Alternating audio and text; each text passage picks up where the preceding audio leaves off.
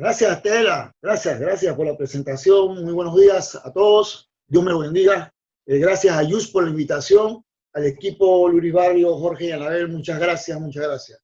El tema que nos ha tocado en el día de hoy, un tema que por ser controversial vamos a tratar de tocar aspectos fundamentales. Le hemos denominado contrataciones públicas en tiempos de COVID-19, pero indistintamente de entrar a ese procedimiento especial en estado de emergencia, lo hemos dividido en aspectos generales de las contrataciones públicas, ¿no? Toda vez que esta introducción será muy importante para posteriormente entender la contratación en tiempos de COVID y otras cosas que se han estado dando.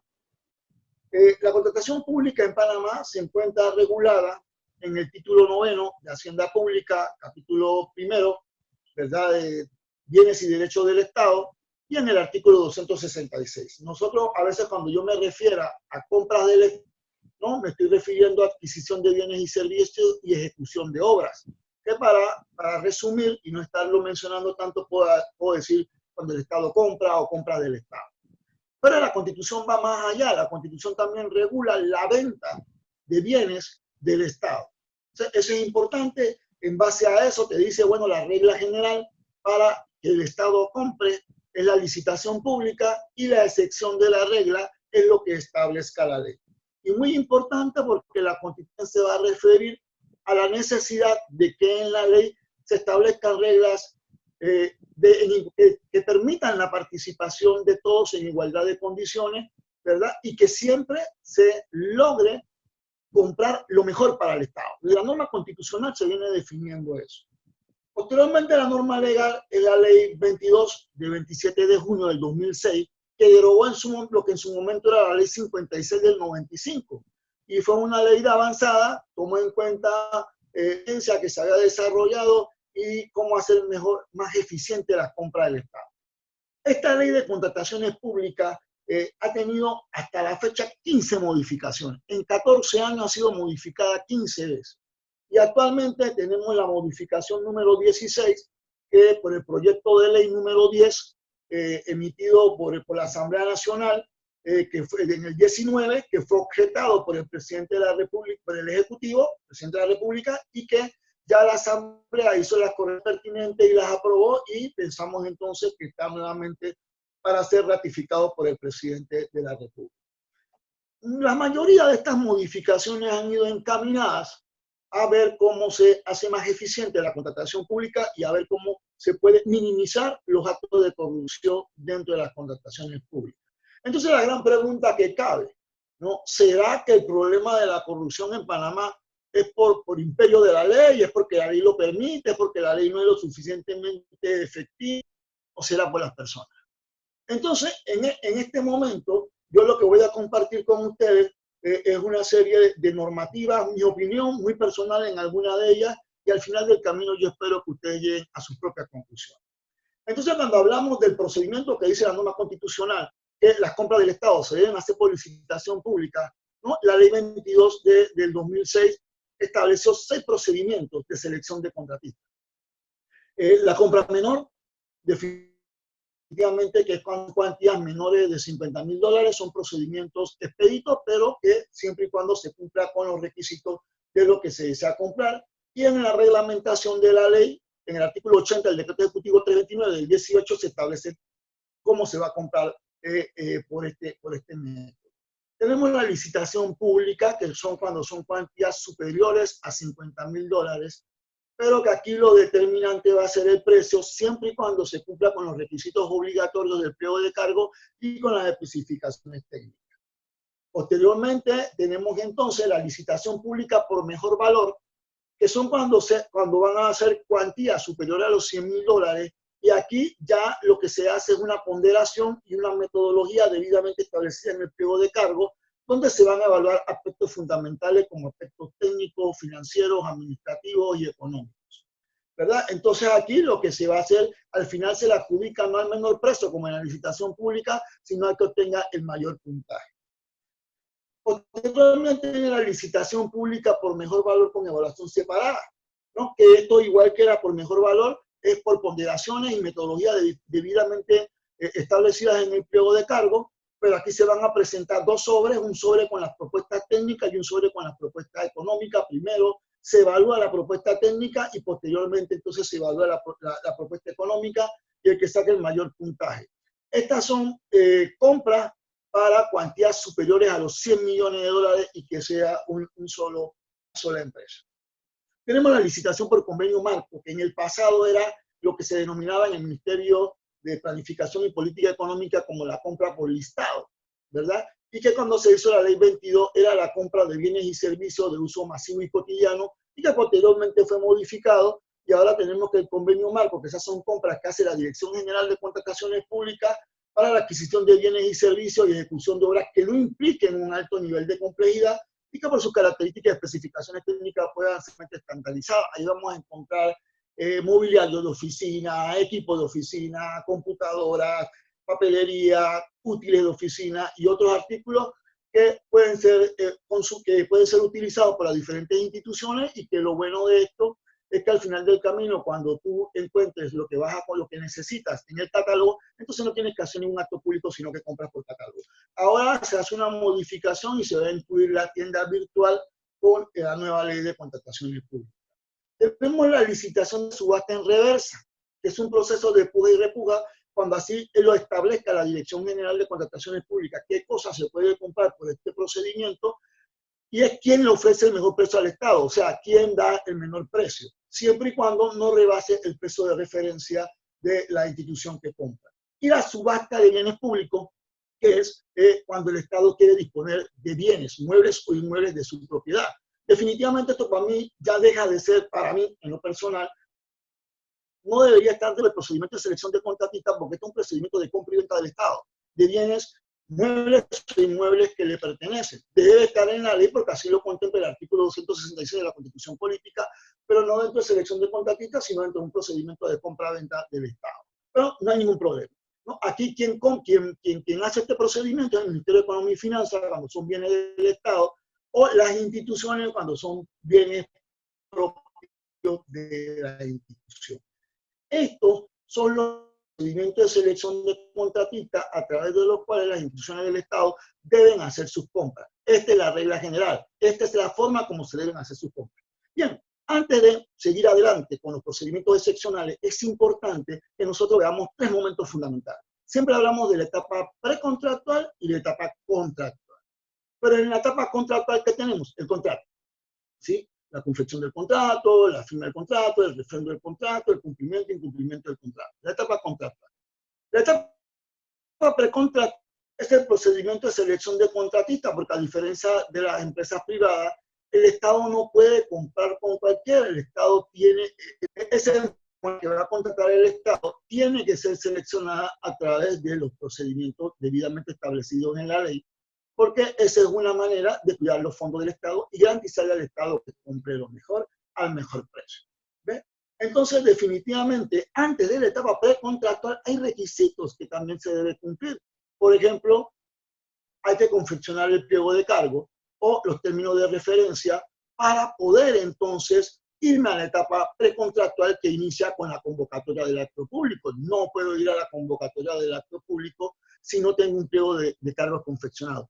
Pero antes de la confección del pliego de cargo, tiene que existir la necesidad. Nosotros llamamos en una institución del Estado que la necesidad no es otra cosa que la unidad requirente, la unidad gestora, pide que le compre. ¿Qué quiero que me compre? Es equipo. ¿Qué quiero que me compre? Servicio. ¿Qué quiero que me compre? La ejecución de una obra, la remodelación de algo, la reparación de algo, ¿verdad?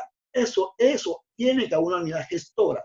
Y eso se hace a través de una requisición en la que se solicita qué es lo que se necesita, se busca la firma de las autoridades competentes, por ejemplo, se busca si hay partida presupuestaria, si eso está aprobado para compra de esa unidad administrativa en la partida presupuestaria de la vigencia en este momento 2020, se busca también la autorización de las autoridades, de los directores, ¿no? Y una vez autorizada la requisición, entonces se inicia la confección del pliego de cargo, de los términos de referencia, y en virtud de la cuantía de lo que se quiere comprar, se determina si es por una compra menor o una contratación menor o es un procedimiento de selección de contratistas. Dicho esto, y es importante, ojo, fijémonos, pues cuando vamos al procedimiento especial, ¿no? Que dicen fulano está comprando, pero es que fulano tiene que comprar en base a una necesidad. Y no se diga por ahí de que, bueno, pero compraron y después no se necesitaba. No es que yo no puedo iniciar un procedimiento de compra si no se me genera una necesidad de hacer una compra a través de lo que llamamos requisición o algo similar. Entonces, cuando me dicen las modificaciones de las leyes es para combatir la corrupción, es para comprar más eficiente, yo digo, pero es que para mí la espina medular, lo activo, lo fundamental de una contratación pública es el pliego de cargo. Porque en el pliego de cargo nosotros determinamos qué quiere comprar el Estado. En el pliego de cargo nosotros determinamos si lo que el Estado va a cumplir es de altos estándares de calidad, va a tener una buena garantía, va a ser un buen producto, porque nosotros definimos lo que queremos comprar. Eso es como la ama de casa cuando va al supermercado. Revisa muchos productos, pero en su mente ella tiene las características del producto que ella quiere comprar. Asimismo va a ser el Estado con su pliego de cargo, que es un requisitos exigidos de manera unilateral por la entidad contratante. O sea, que eso va a ser la entidad, ¿no? En la que va a establecer cuál es el procedimiento al que se va a someter, tiene partida presupuestaria, los derechos y deberes de las partes, los términos y condiciones, ¿no? La formalización del contrato y la ejecución del mismo.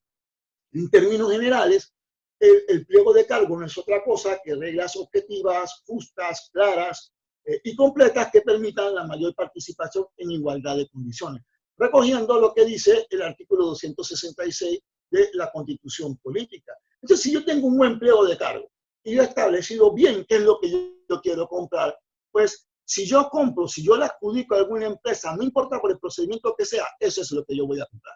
Si mi pliego de cargo no es lo suficientemente bueno, las especificaciones técnicas no son lo suficientemente buenas, no es lo mismo decir yo quiero comprar 100 computadoras y no defino las características de la computadora, a decir yo necesito comprar 100 computadoras, pero para trabajar con un software que acabamos de adquirir y trabajar con ese software implica que las computadoras que yo voy a comprar tengan las siguientes características. ¿Y quién va a hacer las especificaciones técnicas? El experto, los expertos en lo que yo quiero comprar. Ojo, pónganse ahí para cuando entremos a los diferentes problemas que ha pasado en el país y cuando vemos el procedimiento especial. El pliego de cargo va a tener 4 capítulos. Las condiciones generales, que eso lo establece la Dirección General de Contrataciones Públicas y es igual para todas las instituciones que quieren comprar. Las especificaciones técnicas, que vuelvo y repito, lo hace la unidad que requiere la compra, que define las especificaciones, ¿verdad? O busca quien defina las especificaciones dentro de la institución o contrato a una empresa, si es que yo no tengo dentro de mi institución a alguien que me pueda definir las condiciones, las especificaciones técnicas de lo que tengo que comprar. Puede ser que yo haga una consultoría primero para que me defina ese rubro, las condiciones especiales y los formularios. Esto es importante de los formularios para que no se rechace una prueba, para que se descalifique una empresa, simplemente porque en el formulario que tenía que llenar, en la carta que tenía que presentar, no cumplió con los requisitos. Entonces ya te dice, mira, estos son los formularios que tú tienes que utilizar para las diferentes presentaciones que tienes que usar. Entonces la calidad de la compra siempre va a estar en función del pliego de cargo. ¿Y quiénes hacen los pliegos de cargo? Los seres humanos, los simples mortales, ¿no? La gente que trabaja en compra, la gente, los expertos que son los que me van a decir lo que necesitan y que definitivamente esto implica un estudio de mercado de lo que se quiere comprar para ver qué es lo que hay en el mercado y en base a eso solicitar lo que yo quiero comprar y ver los precios para establecer el precio de referencia. Definitivamente que también tenemos, antes de entrar en la etapa precontractual, lo que son los avalúos, si de pronto se va a comprar por subasta pública en reversa o se va a vender por subasta pública. Y también tenemos entonces la precalificación cuando sean compras, sobre todo en ejecución de obras que son de cuantías muy altas y que son técnicamente muy complicadas. Entonces el Consejo de Gabinete puede determinar que para esa compra se va a hacer una precalificación primero, se pondrán algunos parámetros que van a ser medidos, quizás los aspectos técnicos, los aspectos financieros, y entonces los que tengan arriba de la puntuación mínima pasarán entonces a ser proponentes en el acto de selección de contratos. De ahí pasamos entonces a la etapa precontractual. ¿Y cómo está constituida la etapa precontractual? Desde la convocatoria, que no es más nada que el aviso de la intención de contratar, donde se va a establecer, entre otras cosas, la partida presupuestaria, el procedimiento a utilizar, qué es lo que se va a comprar, el día, la hora y la fecha de la reunión previa de postores y homologación, el día, la hora y la fecha, el día, la hora y el lugar de donde se va de la presentación de las propuestas, el día, la hora y el lugar de la apertura de sobres, ¿no? Entonces, todo eso va a tener el pliego de cargo. Posteriormente viene la reunión previa de homologación, es una reunión donde se resuelven las inquietudes que tengan los posibles proponentes, donde se van a resolver algunas observaciones que nos pueden llevar a nosotros entonces a una adenda al pliego de cargo, porque de pronto no fue exacto en una redacción, un error no involuntario, un error, y hay que corregirlo para que todos participen en igualdad de condiciones. Posteriormente ya se hace esa etapa, al final se firma en la lista porque participan los representantes de las empresas o quien se haya delegado, y todo lo que firman en la lista se entenderá que han homologado. ¿Y qué significa homologación? Estar de acuerdo con todo el contenido completo del pliego de cargo. Pero si usted no firmó esa acta, no hay ningún problema con la presentación de la propuesta, se tiene entendido que usted homologó, ¿no? Entonces, de ahí se presentan las propuestas y de ahí se viene la reunión donde se hace la apertura de propuestas, donde van a estar los representantes de las empresas participantes, donde va a estar el jefe de compra, donde va a estar un representante de fiscalización de la institución de la Contraloría General de la República y quizás la unidad gestora. Una vez visto esto, se comienzan a abrir las propuestas en el orden que fueron presentadas las propuestas, y se tiene un checklist donde se anotan los nombres de las empresas y se verifica si cumplen con los requisitos obligatorios del pliego de cargo. Si no cumplen, se pone no cumple, se verificará si es subsanable, si no es subsanable. Si es subsanable, se podrá subsanar. A veces no se ha presentado un documento, pero eso está como subsanable en el pliego de cargo, se podrá subsanar. Sin embargo, con la modificación, esto cambia y solamente se podrá subsanar documento presentado. Así que si un documento no se presentó, ya eso no será subsanable. Una vez ya se cerró, firman los participantes y posteriormente se sube a Panamá Compra, y ya habiéndose nombrado los integrantes de la comisión técnica, ¿verdad? Entonces se le manda a ellos para que ellos entonces hagan la evaluación de las propuestas. Y ahí va a determinar, va a ser una comisión verificadora si estamos en una licitación pública, porque solo van a verificar quién cumplió y van a verificar quién es el menor precio, y el menor precio si cumple o no cumple, y si cumple se le adjudica inmediatamente. O si es una comisión evaluadora, cuando hay ponderaciones, y entonces ellos van a evaluar cada uno de los ítems que tiene que evaluar de acuerdo al pliego de cargo de cada una de las propuestas, y le va a dar las puntuaciones que corresponden, ¿verdad? Tal y como lo estableció la metodología en el pliego de cargo, y en ese orden de ideas pondrán la puntuación. Al final ellos hacen un informe, la comisión técnica, que puede ser verificadora o evaluadora, hace un informe donde establece a qué empresa se le adjudica.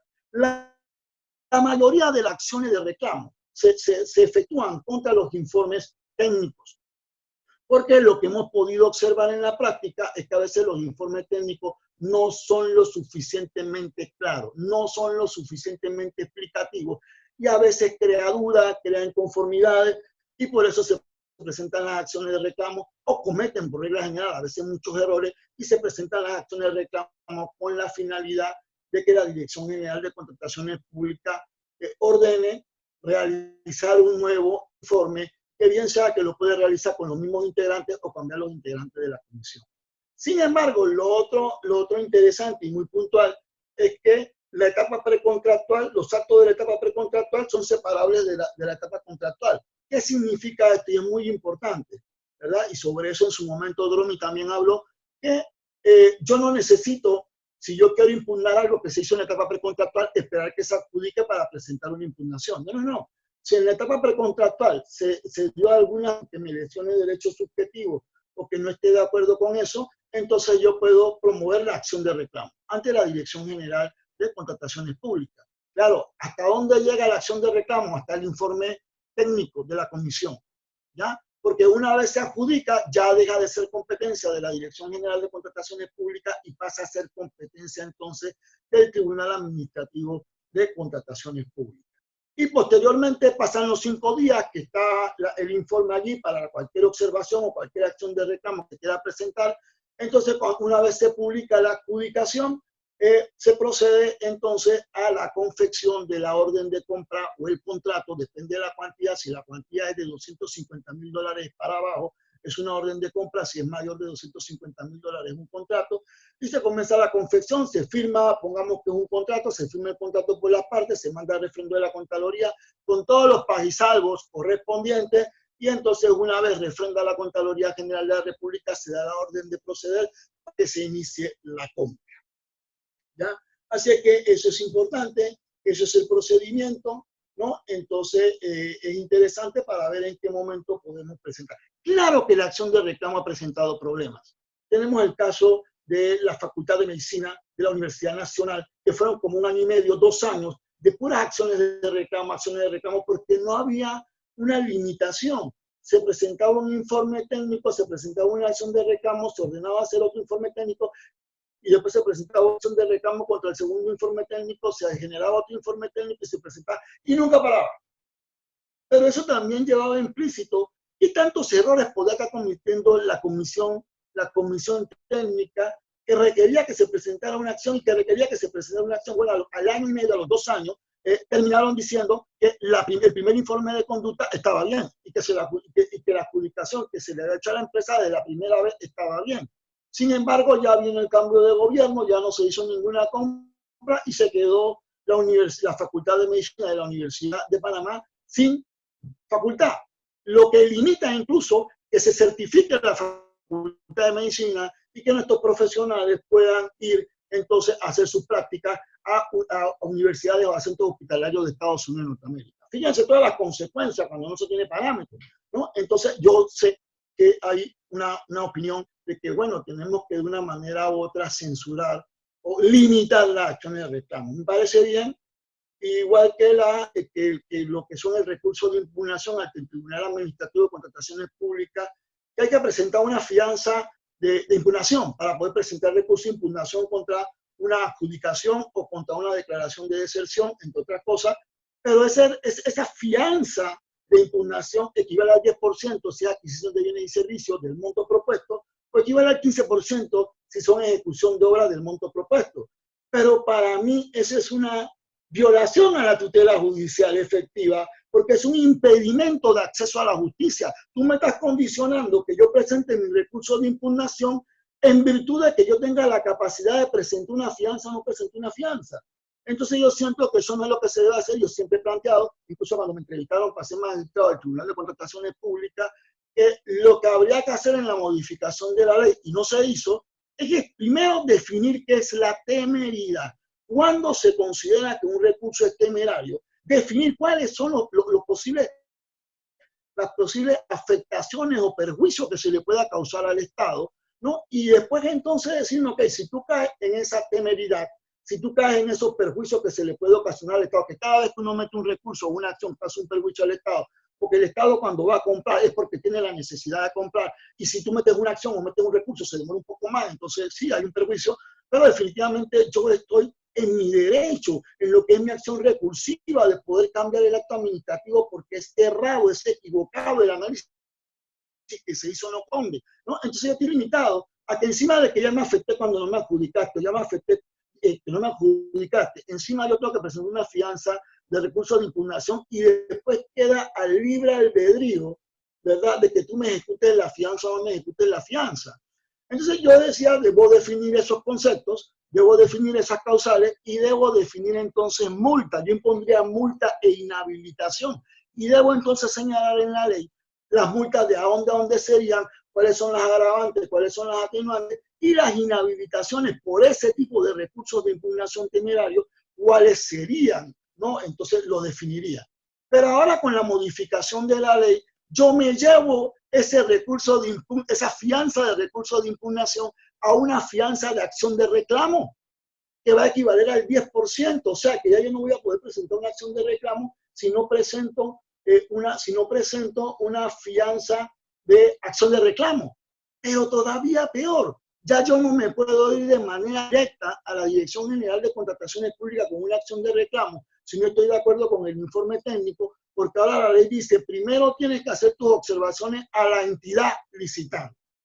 Y la entidad licitante, ¿verdad?, tendrá un término de 2 días, tienes 3 días, porque ahora solamente va a estar el informe técnico en la plataforma 3 días, y esto no fue objetado por el Ejecutivo, y tendrás 3 días para presentar tus observaciones a la entidad licitante, y la entidad licitante contará con 2 días para resolver a través de una resolución debidamente motivada si va a ordenar la modificación, la realización de un nuevo informe técnico, ya sea de manera parcial o total.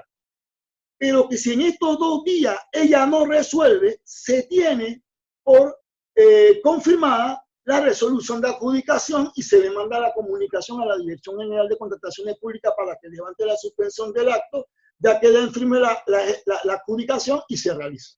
O sea que hemos cambiado el silencio administrativo de 2 meses que dice el texto del 2000, lo cambiamos a 2 días. O sea que si yo estoy de acuerdo con el informe, ni siquiera debo hacer una resolución debidamente motivada, confirmando, como lo define la ley 38 de 2000, cuando define el concepto de vía gubernativa, ¿no? Que es el mecanismo de control que tiene la administración pública para verificar la legalidad de los actos que ha emitido a través de la vía recursiva.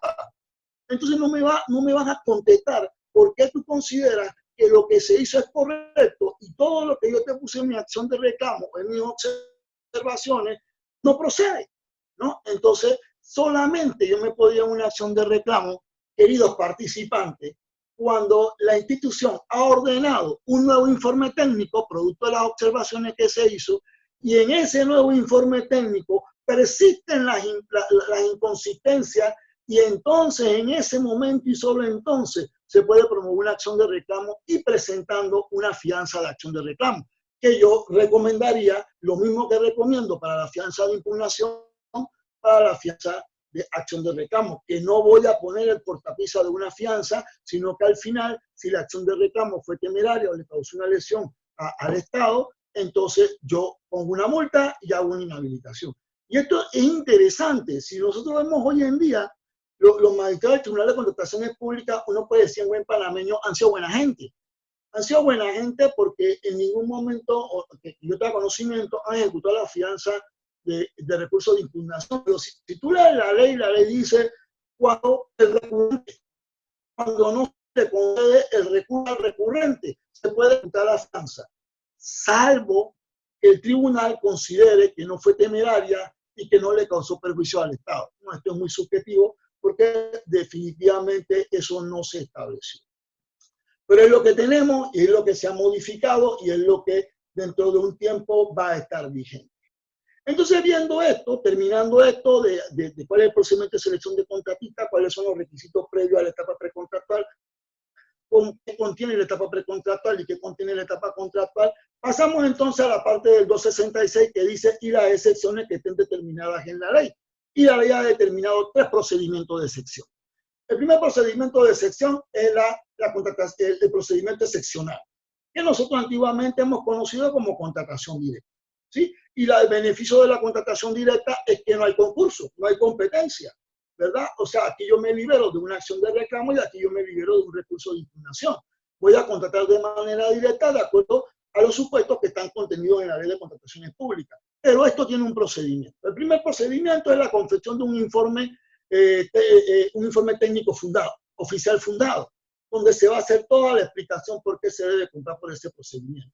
Luego de este informe técnico oficial fundado, debe publicarse en Panamá Compra la intención de comprar por este procedimiento y deben subirse a Panamá Compra todos los documentos que se requieren, que por asuntos del tiempo no vamos a mencionar. Y posteriormente entonces se hace la solicitud a la institución correspondiente en virtud del monto de la compra que vas a realizar para que te autorice la compra por este procedimiento excepcional.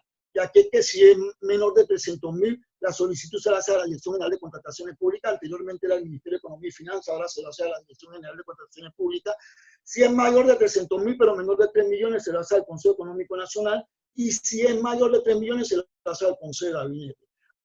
Así que cuando yo veo expediente de una contratación por el procedimiento excepcional, yo debo buscar entonces que se cumplió con todos los requisitos del informe técnico fundado, de que aparezca en Panamá Compra la intención de comprar, de que aparezca la solicitud que se le hizo a la institución, de que aparezca la resolución que la institución la autorizó, y después entonces que se haga la publicación. Si vamos al caso de que tenemos que revisar los expedientes, porque a veces somos muy dados a hacer comentarios que si una compra tiene raro, se ve rara, tiene vicio, o sea, yo me remitiría al expediente para ver si cumplieron con todo lo que hubiera que cumplir.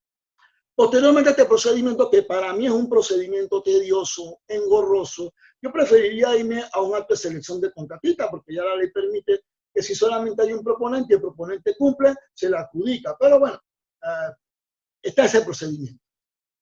Bien, después viene el segundo procedimiento, que es el procedimiento especial.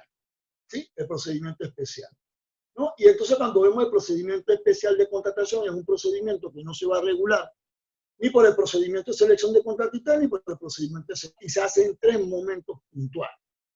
El primer momento en el que yo hago este procedimiento especial es cuando el Estado le va a comprar a otra institución del Estado. Si yo necesito comprar banderas para fiestas patrias, ¿a quién le voy a comprar? Al IPE. Voy a contratar al IPE, que es una institución del Estado, ¿verdad? Entonces ahí yo me voy de manera, hago el procedimiento especial, porque estamos contratando entre instituciones del Estado. La segunda es cuando yo tengo simples prórrogas, contratos de prórrogas por bienes y servicios ya existentes que no superen los $300,000, que se mantenga el precio y que se mantenga el objeto del contrato. O sea, las mismas partes, objeto y vigencia. Y la tercera situación es para contratos de abogados menores de $3 millones cuando se requieran para hacer frente a demandas en el extranjero o arbitraje. Estos son los dos procedimientos de los 3 que están en la excepción de la regla, ¿no? Entonces, ahora entramos en materia en lo que es el tercer procedimiento excepcional, que es el procedimiento especial en estado de emergencia. Cuando nosotros buscamos en el glosario, que es el artículo 2 de la Ley de Contrataciones Públicas, no encontramos la definición de qué es estado de emergencia. Entonces nosotros buscamos rápidamente en el diccionario de la Real Academia, RAE.es, y me va a decir que me la va a definir como una situación oficialmente declarada de grave peligro por conflictos sociales, catástrofes naturales u otras razones. Estas otras razones para nosotros es el COVID-19. En ese orden de ideas, el procedimiento especial de adquisiciones de emergencia es aquel por el cual las instituciones, previa la declaración del estado de emergencia por el Consejo de Gabinete a través de una resolución debidamente motivada y publicada en Gaceta Oficial, podrán contratar por este procedimiento. O sea que yo tengo, para poder contratar por el procedimiento especial de ingreso, tiene que haber una resolución del Consejo de Gabinete declarando el estado de emergencia. Excelente.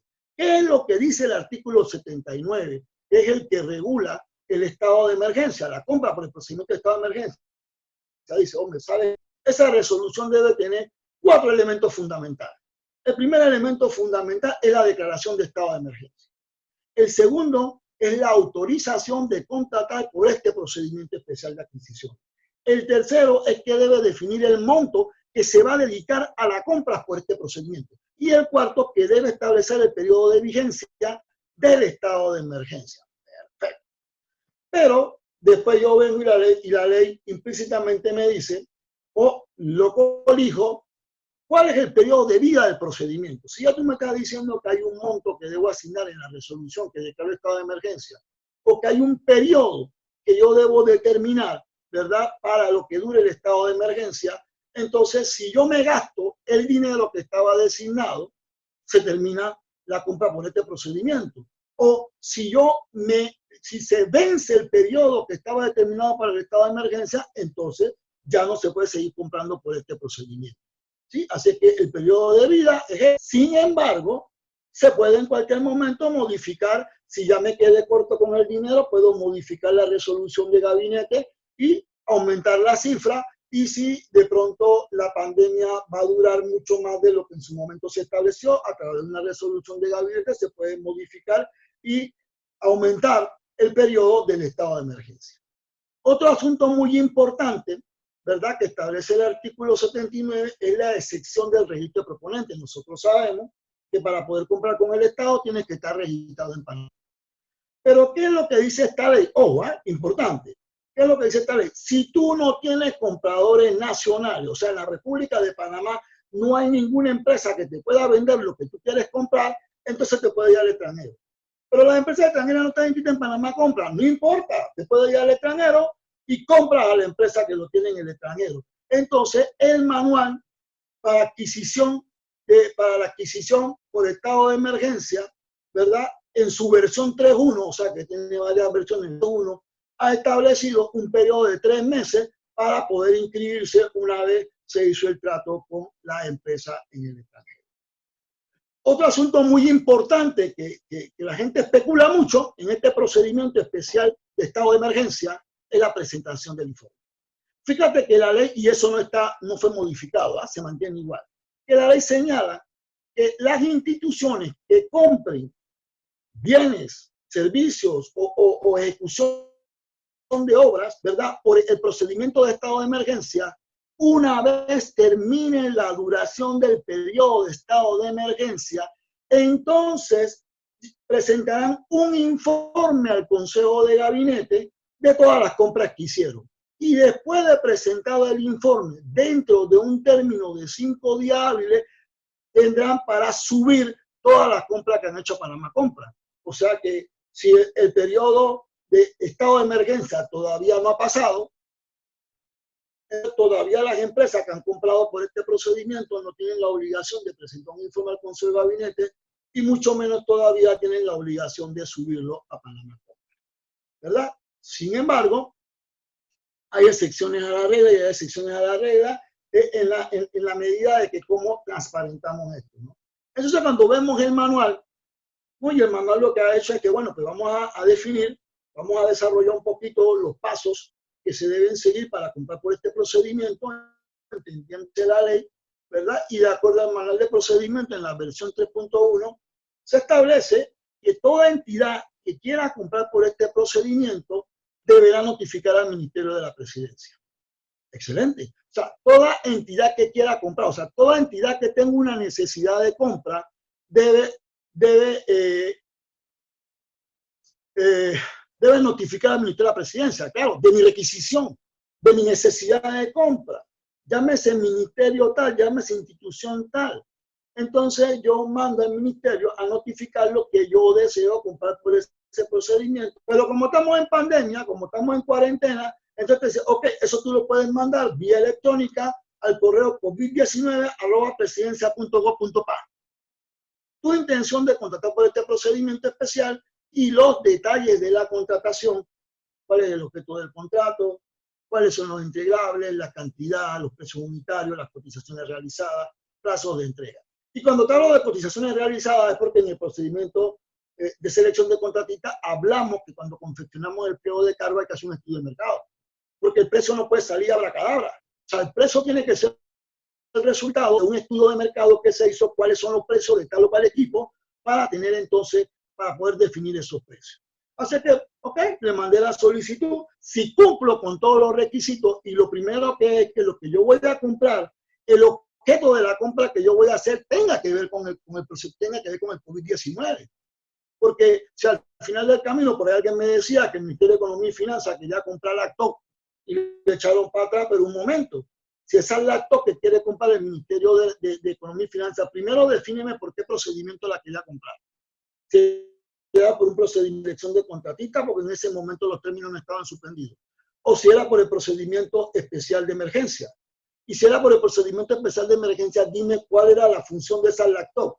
Si tenía que ver con el COVID-19, perfectamente yo lo podía comprar y lo tenía que justificar en la solicitud que le hacía al Ministerio de la Presidencia para comprar por ese procedimiento, ¿no? Entonces, cuando no se le habla a la gente clara, cuando no se le habla a la población y a los medios de comunicación de manera clara de lo que se está haciendo, entonces es que viene el morbo, es que viene entonces los problemas de que si se hizo bien o no se hizo bien, o se quería meter un gol, no se quería un gol, ¿no? Y hasta hablamos que ya el presidente de la República ya incluso es mejor que Peredo, porque los medios de comunicación simplemente están siempre diciendo que se la pasa parando, ¿no? Y al final del camino hay que ver, ¿no? Entonces, una vez autorizada la compra, ok, sí, lo que vamos a comprar es objeto de eso, entonces se asigna, el Ministerio de la Presidencia asigna la partida correspondiente para la respectiva institución. Una vez asigna la partida, entonces la institución, primero que para iniciar la compra, verificar si lo que quiere comprar no está en el catálogo. Porque si está en el catálogo, tiene que comprar por el catálogo, ¿no? Pero vamos a pensar que no está en el catálogo. Entonces yo voy al paso que sigue, que es la solicitud de cotización. O si estando en el catálogo, yo no quiero comprar por catálogo, entonces yo tengo que hacer un informe debidamente fundado en el que yo justifique por qué lo que yo quería comprar estando en el catálogo, yo decidí no comprarlo por catálogo. Y eso debe ser anexado al expediente. Cuando yo hago las cotizaciones, el manual me dice por cualquier medio tecnológico u otro medio de comunicación. Me remonto a compras menores. Cuando los muchachos de compras menores quieren solicitar cotizaciones, ellos le escriben a las empresas, oye, mira que estoy necesitando esto, estas son las condiciones, estas son las características, estoy aceptando propuestas hasta tal fecha, tal hora. O los llaman por teléfono, hey, métete al correo tal y mira, y me manda, o mira, estoy necesitando esto y me manda la cotización. Pero yo iría más allá. ¿Qué es lo que plantea el morbo? De que indistintamente que la ley dice que yo como institución no estoy obligado a presentarle un informe al Consejo de Gabinete hasta después que termine la vigencia del estado de emergencia, y no estoy obligado hasta 5 días después, dentro de los 5 días siguientes, a subir eso a Panamá Compra. ¿Sabes qué?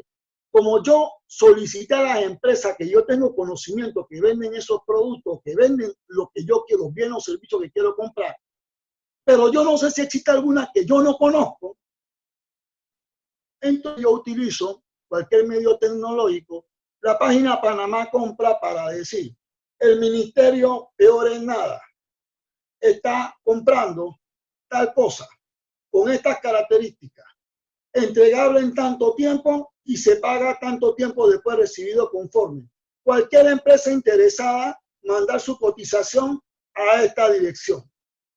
Entonces ya la comunidad entró en conocimiento que el ministerio, peor en nada, está comprando algo por este procedimiento y que ha hecho público el de que cualquier empresa que quiera participar pueda participar, indistintamente que ya lo hice de manera personalizada a través de llamadas telefónicas, a través de correo electrónico.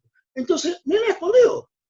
Y si yo llevo mi expediente en debida forma y alguien dice, no, eso me parece que no está bien, aquí te el expediente. Y lo someto a la consideración de que quiera y no tenemos que esperar que pase el tiempo de estado de emergencia para presentar mi informe y no tengo que esperar subirlo a Panamá Compra, porque la gente va a decir, pero si ya cuando lo vas a Panamá Compra, ya compraste, ya te pagaron, ya hiciste, ¿para qué yo quiero saber lo que tú hiciste? Entonces, es una forma salomónica como yo, así como se definió que se hagan la solicitud por cualquier medio tecnológico, y la página Panamá Compra es un medio tecnológico. No, definitivamente que recibida la cotización, el día y la hora que teníamos que recibir la cotización, hombre, siempre como en el procedimiento de compra menor, hacer un listado de cotizaciones donde pongo los nombres de las empresas, donde pongo si cumplieron, cuál es su propuesta, y donde pongo si cumplieron con los requisitos. Y la empresa, y las empresas o la empresa que cumple, y me tiene un precio razonable dentro de lo que yo determiné en mi estudio de mercado, entonces yo hago una carta de compromiso. ¿Y por qué hago una carta de compromiso? Porque la comunicación ha sido en línea, nada ha sido formal, ¿verdad? Entonces hago una carta de compromiso donde la empresa, ¿verdad? Donde la empresa de manera establece su intención expresa de la oferta y la voluntad de formalizarla a través de la orden de compra o del contrato de acuerdo a la cuantía. En virtud de eso ya se formaliza la orden de compra o el contrato, y una vez firmado, inmediatamente se ejecuta, se da la orden de proceder mientras se consigue el refrendo de la Contraloría General de la República, que seguirá manteniendo los mismos derechos y obligaciones, los mismos derechos de fiscalización que siempre ha hecho. Una vez se recibe el producto, si era un bien lo que yo quería comprar, y eso es lo que yo pedí, y me lo te entregaste en el término establecido, entonces yo te doy mi recibo conforme, y a partir del recibo conforme, hombre, te sometes al periodo que te establecí para poder pagarte, y una vez pasa el término o antes que se vence el término, te pago el valor de lo que me vendiste, entonces se termina el contrato de una forma normal, como debe ser.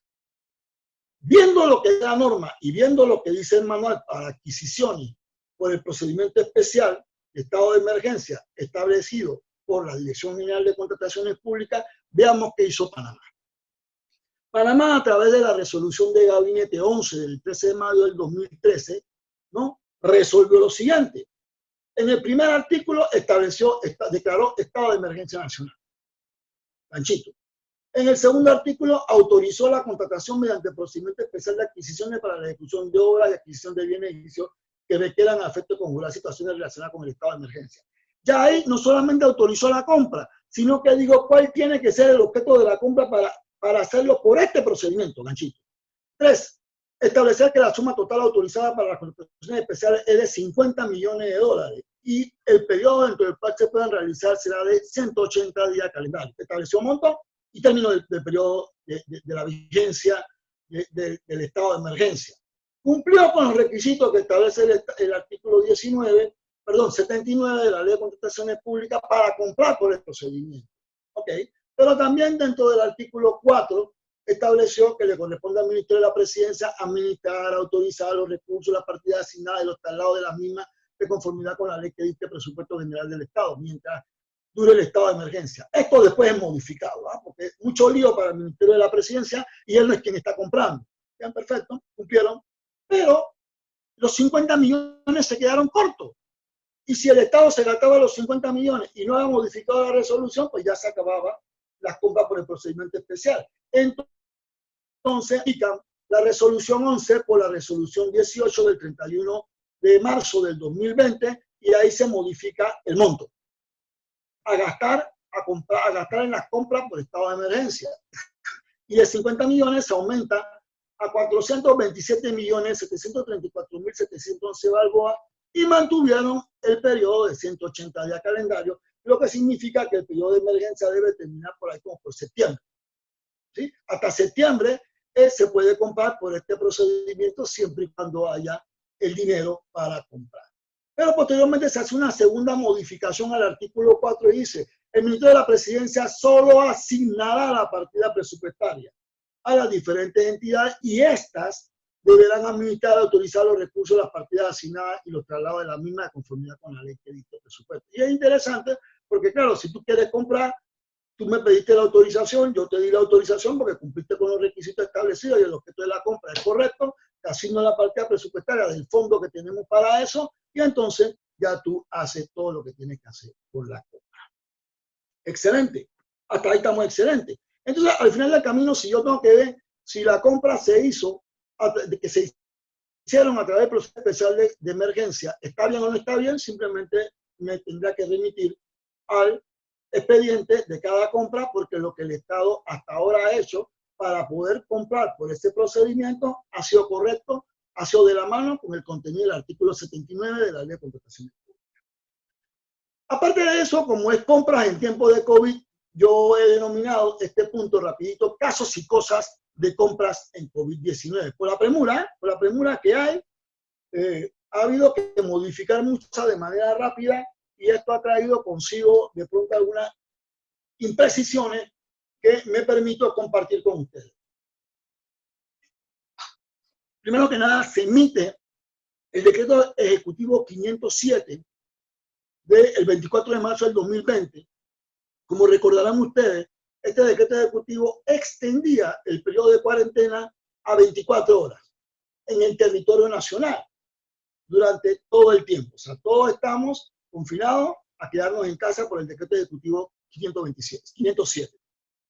Este decreto está constituido por 11 artículos. Así que el primer artículo, lo que se decía era toque de queda en el territorio nacional durante 24 horas, por lo que dure el estado de emergencia. Así que por ahora hasta septiembre. Sin embargo, en su artículo 2 regulaba, ¿verdad?, las excepciones a estar en cuarentena las 24 horas del día, ¿no? Establecía las excepciones. Y dentro de las excepciones, en este artículo 2, estaban instituciones, personas, actividades, ¿no? Actividades, perdón. Actividades. Este artículo 2 estaba constituido por 32 numerales. 32 numerales. Entonces, llama la atención que se publica y dice, decreto ejecutivo 507, publicado en la Gaceta tal, y la fe de errata para ingresar a un texto único del artículo 2 del decreto exacto. Bueno, yo he escuchado texto único de leyes. Definitivamente, hoy en día tenemos el texto único de la Ley de Contrataciones Públicas ordenado por la Ley 61 del 2017, porque sería un poco complicado para los abogados que tramitemos contrataciones públicas tener 15 leyes abiertas, ¿no? Entonces tenemos un texto único de la ley, pero este es un texto único de un artículo que contiene 11 artículos. Me parece bien. Fe de rata. Cuando vamos a ver lo que nada, después hablaremos qué es una fe errata y cuál es el objeto de la fe de errata. Llama la atención, bueno, pues, ¿cuál fue el error? Pues porque una fe errata es en virtud de un error. ¿Cuál fue el error? Cuando nosotros vemos la fe errata, ¿verdad? Entonces se me dice que en el numeral 2, de los 32 numerales, en el numeral 2 se incluyen una serie de servidores públicos que no estaban incluidos. Y se me incluyen los diputados, personal de la Autoridad de Tránsito y Transporte Terrestre, personal de la Superintendencia de Bancos, Valores, Seguros, Sujetos No Financieros. Introduje 3 servidores públicos que no estaban incluidos en el 507 original. Y ojo, el 507 se publicó en Gaceta Oficial, en la Gaceta Oficial del 24 de marzo, de la 28.987-B del 24 de marzo, y la fe errata se publica en la Gaceta Oficial del día siguiente, 28.989-B del 25 de marzo. En el numeral 3 se incluyen los veterinarios privados, del sector privado, porque seguro veterinarios, dentro de los que estaban ahí, los veterinarios del sector público. Cuando llegamos al numeral 10, dice, no, aquí vamos a incluir 2 numerales más, y se incluyen 2 numerales más, el 10 y el 11, y el numeral 10 pasa a ser el 12. Cuando vamos al numeral, se modifica también el numeral 23, ahora numeral 25, se incluyeron otras empresas de tecnología. Cuando vamos al numeral 28, ahora al numeral 30, se incluyeron 2 literales, el literal F y el literal G, empresa al servicio de entrega a domicilio, empresa de tecnología, ¿no? Y al final se modificó el numeral 32. ¿Sí? Las empresas y actividades específicas cuya reactivación, operación, movilización sea autorizada por el Ministerio de Salud. Perfecto. O sea que ya no son 32 numerales, ya son 34 numerales. ¿Frente a qué estamos? Estamos frente a una modificación de un acto administrativo, no a un error en una palabra, en una frase, a una modificación de un artículo, de un acto administrativo debidamente publicado en Gaceta Oficial. Cuando buscamos, bueno, ¿y qué es una fe de errata? Pues? Y nos vamos a significado.com, dice la lista de errores o equivocaciones detectadas en un texto impreso. Suele insertarse en el principio o en el final de un libro, detallando la enmienda que debe ser hecha en cada uno de los casos, libro. Y yo he visto fe de errata en libros, en códigos que compramos, ¿verdad? Pero en un acto administrativo debidamente aprobado, debidamente notificado. Cuando se la fe de errata, significado.com me dice se utiliza para simplemente corregir errores que han pasado inadvertidos bajo el ojo del corrector o del editor. Por lo que si se busca cambios drásticos, aquí hicimos una modificación a tantos numerales y de 32 numerales pasamos a 34 numerales, ¿no? Que dice el contenido impreso puede ser rechazado o sujeta a una nueva revisión e impresión. ¿Ya? O sea, por el concepto, el objeto del contenido de la fe de errata, demuestra que no estamos a una redacción de un libro, un código, cualquier documento parecido, sino de un acto público. Cuando nosotros nos remitimos al artículo 46 de la ley 38 del 2000, un poquito menos, te dice que los actos administrativos se presumen legales. Y el administrativo se perfecciona con la notificación. Al decreto 507, decreto ejecutivo 507, es un acto administrativo de carácter general, su notificación se hace por la publicación en Gaceta Oficial.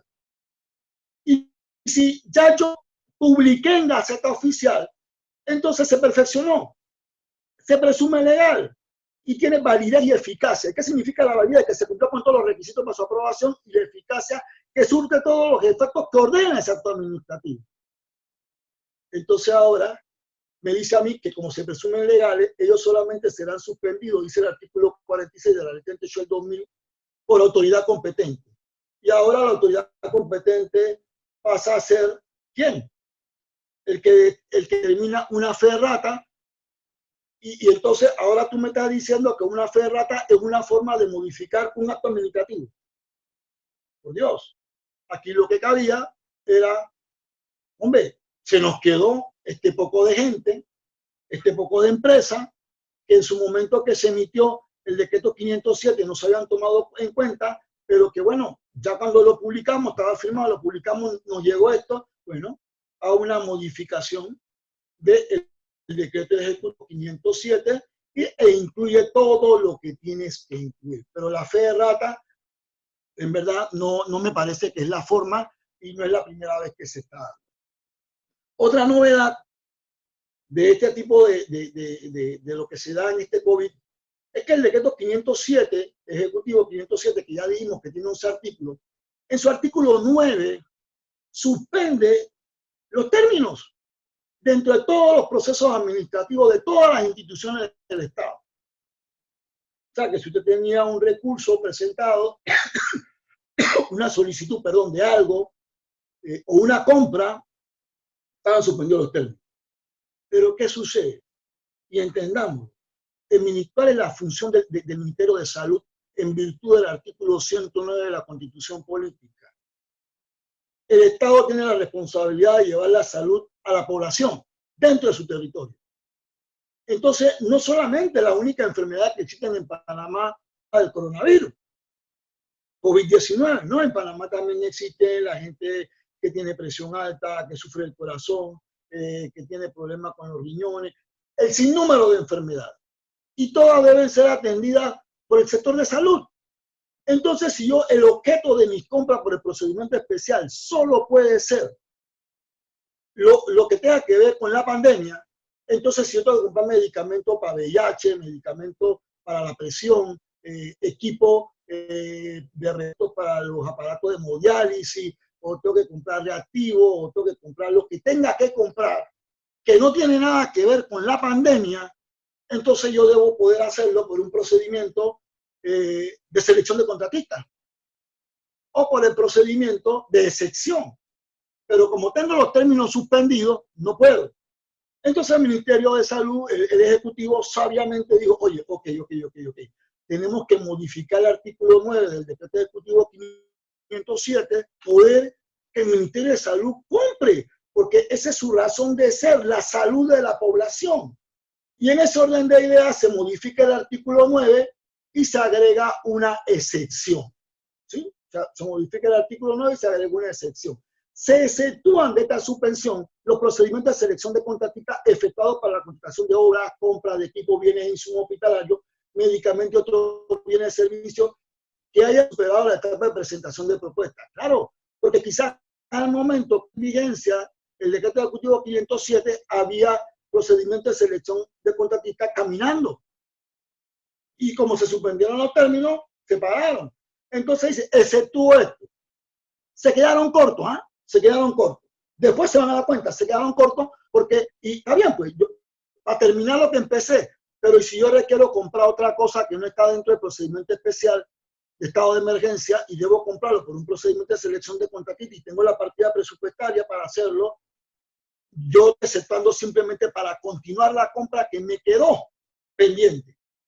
Entonces, ok, este artículo que me dice que, bueno, si ya había pasado la propuesta, si ya habían entregado las propuestas y había quedado en enviar las propuestas a la comisión técnica para sus evaluaciones o verificaciones, o ya estando en la comisión técnica ya tenían el informe, pero había quedado pendiente para subir a Panamá Compra para poder hacer la adjudicación, entonces me dice, bueno, para esos casos se exceptúa la regla de suspensión de término y puedes hacerlo.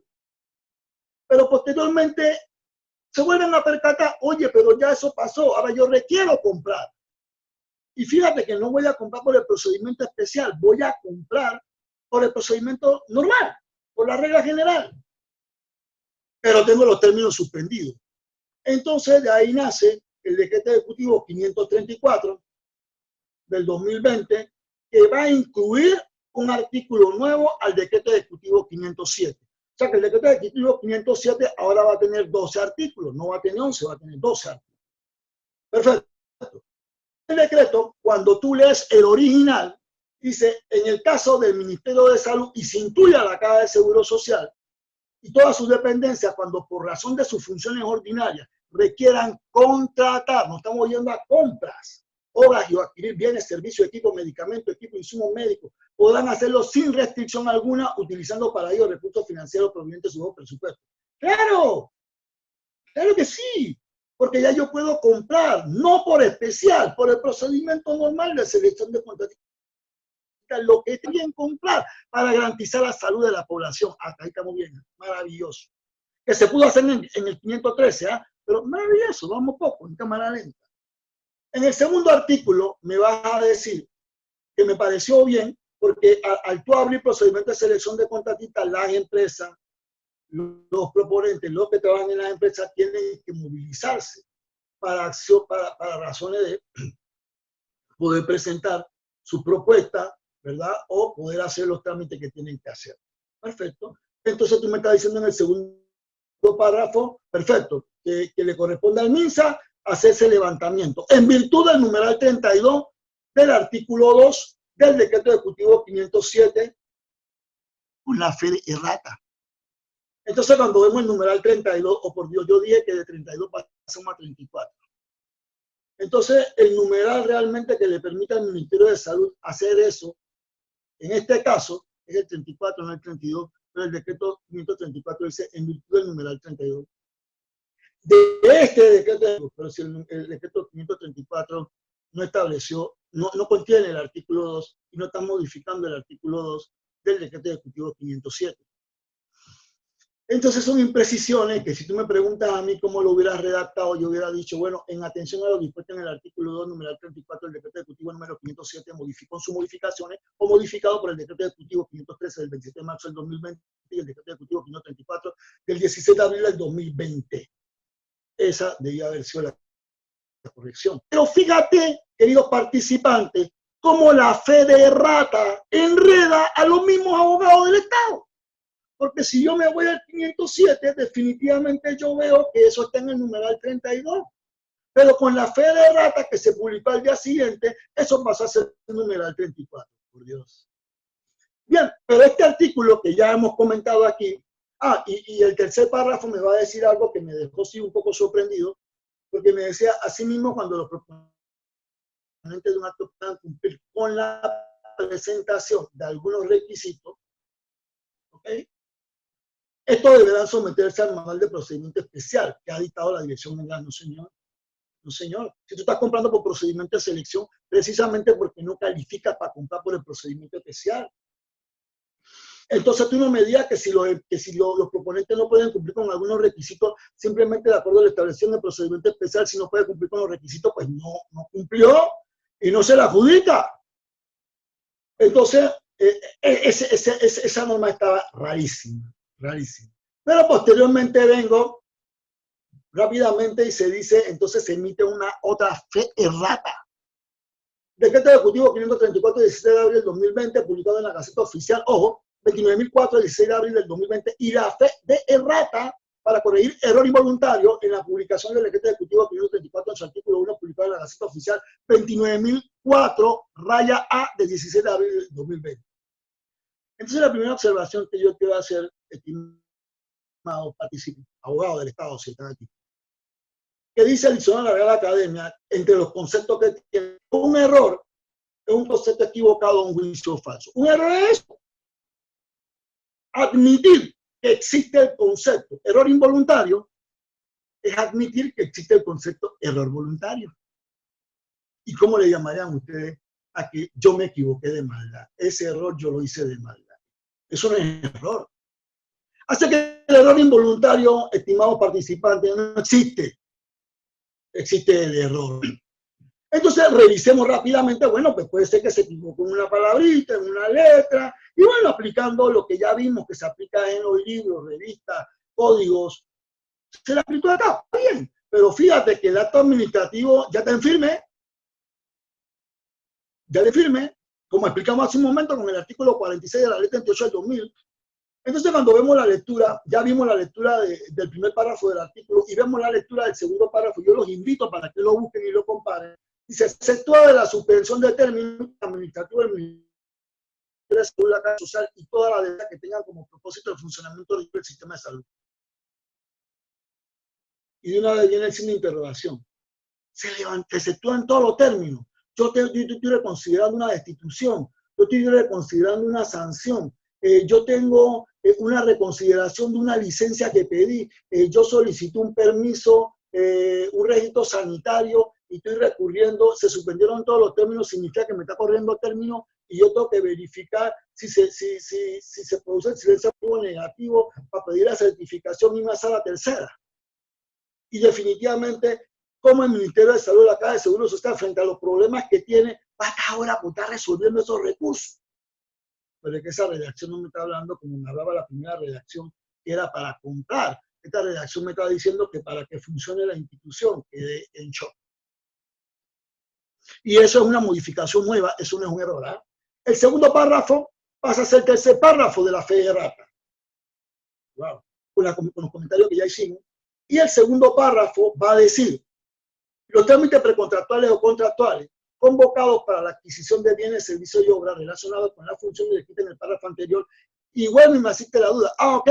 Entonces el párrafo anterior me dice que esos términos que estaban suspendidos se han levantado solamente para los trámites precontractuales o contractuales, que no tiene nada que ver con los recursos que yo tengo administrativos que tengo por otras razones. Porque es que la norma, después que estaba bien, ahora quedó bien enredada, ¿no? Y se podrá ajustar de manera temporal a las exigencias formales de la participación en relación al manual de procedimiento. Si yo me estoy acogiendo al procedimiento de selección de contratistas, que está en la ley y que está desarrollado en los decretos ejecutivos 40 y 329 del 2018, yo no puedo inventarme un procedimiento nuevo. Claro, si hay una reunión previa de postores, nos conectamos en Zoom y es como si estuviéramos en el lugar. Si voy a hacer la celebración del acto, sé que nos conectamos en Zoom y estamos dando seguimiento, sí, pero estoy cumpliendo con el procedimiento debidamente establecido, con los trámites debidamente establecidos en el procedimiento. Entonces, no sé si ya la Dirección General de Contrataciones Públicas tiene un manual de procedimiento, me imagino que hace tiempo debe tener un manual de procedimientos sobre los procedimientos de selección de contratistas, sobre las compras del Estado, en virtud de las normas existentes, que está confeccionando uno especial. Entonces, me asiste y yo quiero compartir con ustedes, porque además de ser abogado, soy ingeniero, que un manual de procedimientos no es para establecer normas, no es para establecer normas. Un manual de procedimientos, su razón de ser, es para explicar de una manera sencilla, a través de diagramas de flujo, ¿verdad? Y describir los pasos y las etapas que debe ir cada persona para facilitarle su trabajo y que lo lleve a cabo. O sea que en un manual de procedimiento, yo lo que hago es que lo que dice la ley y la reglamentación te lo describo en paso 1, paso 2, paso 3, y en el paso 1 requiere utilizar este formulario que ya está preelaborado, en el paso 2 este formulario que ya está preelaborado, y ya, pero yo no te puedo inventar una norma que no está en la ley y no está en el reglamento en un manual de procedimiento, ¿no? Así es que yo tengo que revisar el manual de procedimiento si es que no lo han hecho y verificar si lo que está ahí no riñe con las normas existentes. Y si el manual de procedimiento no estuviera confeccionado, me vas a decir que yo no puedo comprar un procedimiento de selección de contratistas hasta que la Dirección General de Contrataciones Públicas haya desarrollado el manual. Entonces no me parece, estamos frente al mismo error. Ya el 534 estaba debidamente notificado. Ya la única forma de cambiar el contenido del 504 era haber hecho, desde mi perspectiva, era haber hecho otro decreto ejecutivo derogando el 534 y estableciendo entonces la redacción que a bien tenían que hacer sobre ese decreto ejecutivo. Así es que nada, sé que me pasé el tiempo, muchas gracias por su atención y espero si queda algo más poder resolver sus preguntas. Te agradecemos, Alcibiades. Hay un par de preguntas que se están formulando ahorita mismo, muy variadas.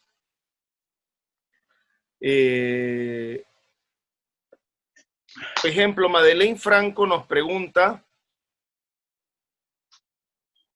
¿cuál sería tu opinión o cuál sería la opción, pone aquí, sobre las contrataciones que se están haciendo en este momento de pandemia? En las redes sociales ha sido muy criticado por varios sectores. Y lo que te digo, ¿no?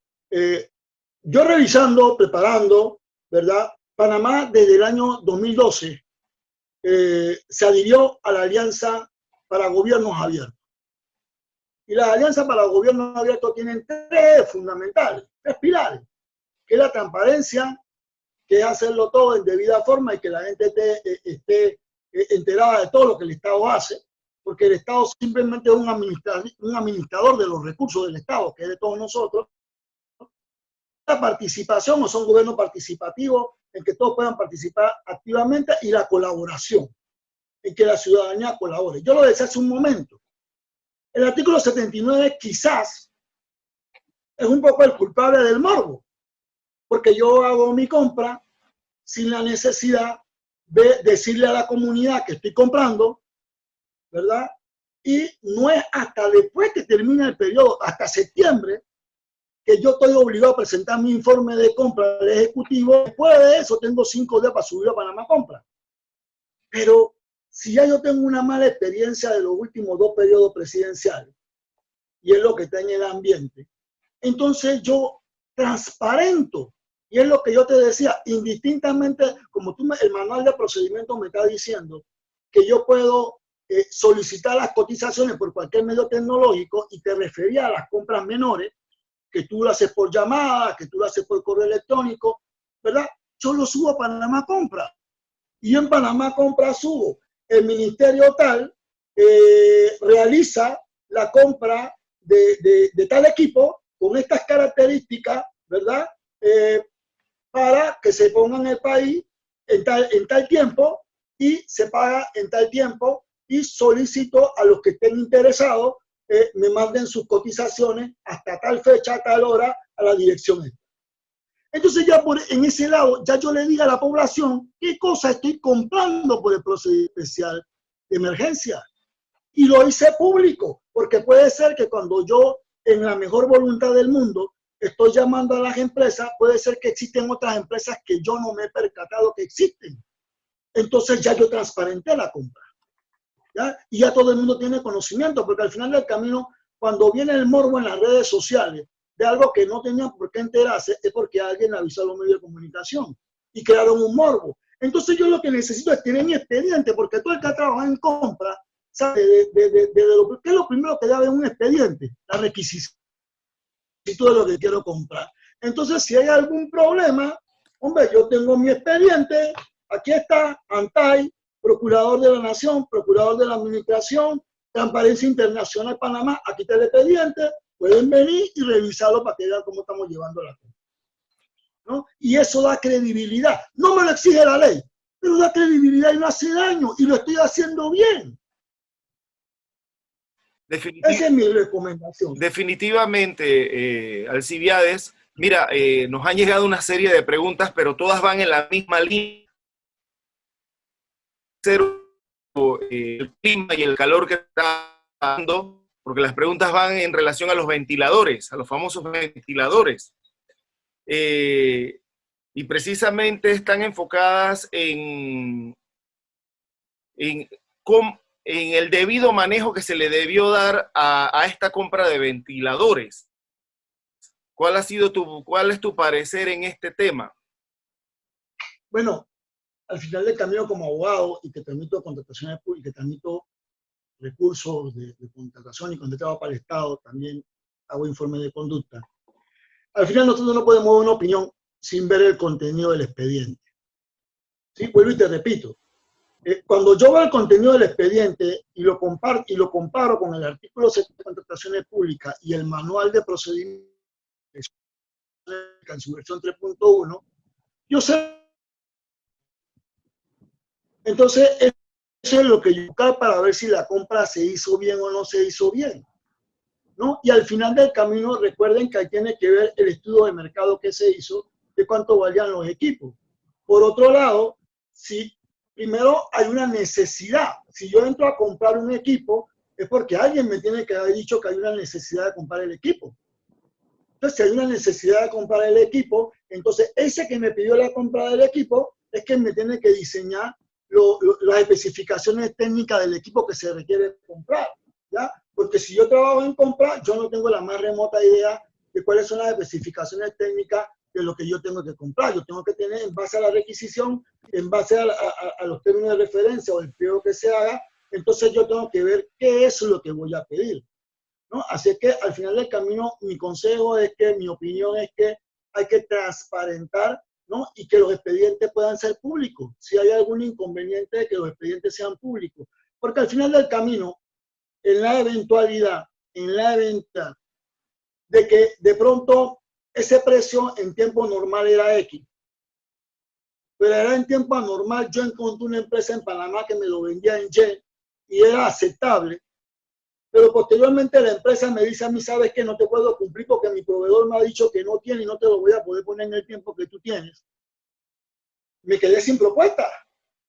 Y si me lo están, si que me lo está pidiendo porque hay una necesidad de que nos preparemos por si rebasamos la capacidad que tienen los hospitales para atender por cuidados intensivos, ¿no? Entonces yo encuentro otra propuesta que ahora es Z, pero que me parece, entonces yo lo que tengo que hacer es reunirme con la unidad requirente, con quien me haya pedido la compra y decirle, ¿qué hacemos? ¿Compramos o no compramos?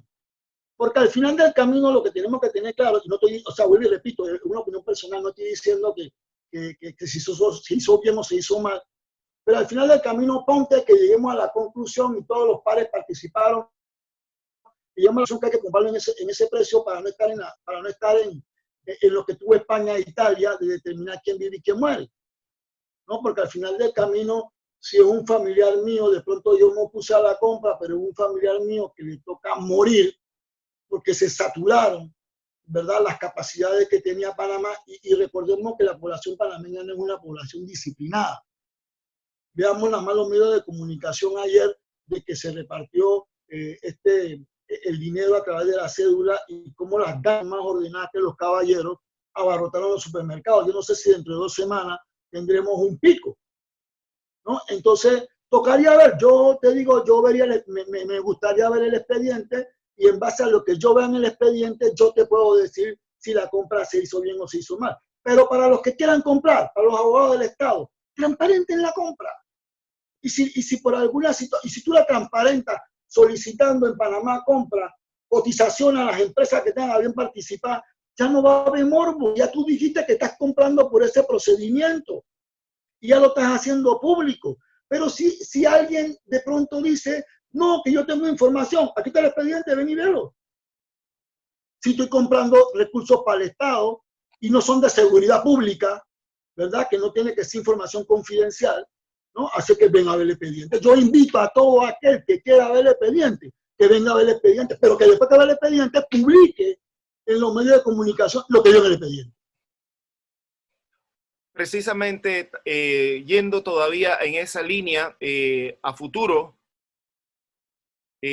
Tomás Sánchez nos pregunta qué mecanismos pudieran aplicarse para evitar el sobrecosto en las contrataciones, tanto en tiempo ordinario, en tiempo normal, como ahora en tiempos de COVID. Es interesante. Fíjate, porque yo te hablaba de estudio de mercado. A veces cuando yo trabajaba en compra, yo veía que alguna gente decía de que, bueno, vamos a comprar esto. Ah, esta compra la hicimos hace 3 años. Búscate el pliego de cargo que hicimos hace 3 años y cae encima.